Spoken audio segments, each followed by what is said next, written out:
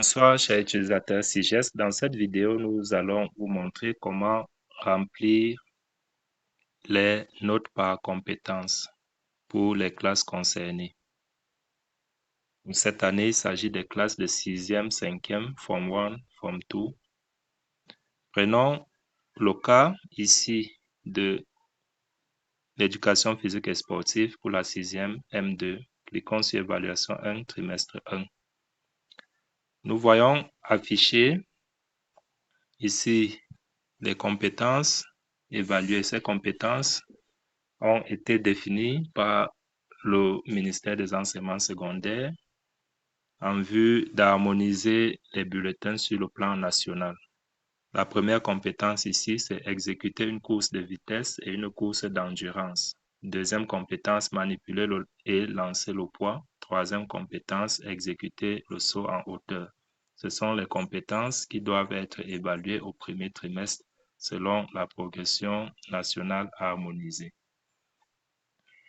Donc, sur la zone du remplissage des notes, vous voyez 3 cases et sûrement les noms des enfants sont tout à droite. Vous pouvez, si vous le souhaitez, retourner votre écran afin d'avoir un aperçu de la zone de remplissage ainsi que des noms des enfants.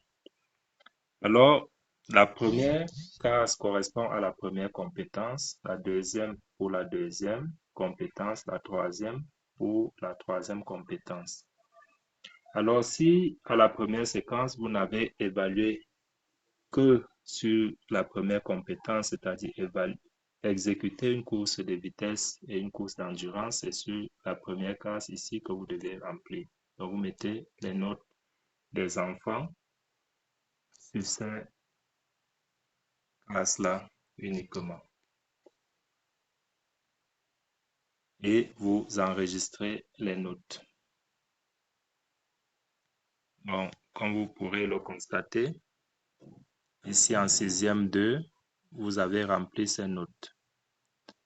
Vous pouvez revenir si vous avez évalué sur 2 compétences, également remplir la note, par exemple, du lancer de poids en mettant la note des enfants. Et là, vous auriez également pu remplir les 3 compétences directement si vous les aviez toutes évaluées.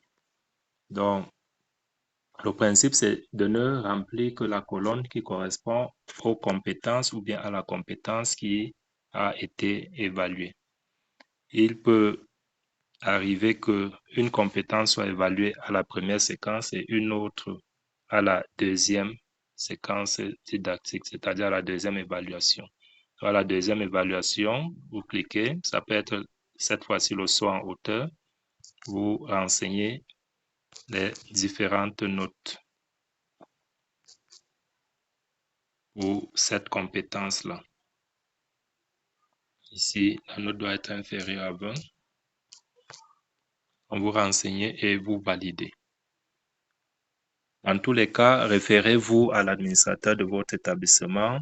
Les responsables pédagogiques pourront mieux vous indiquer comment remplir vos notes par compétence.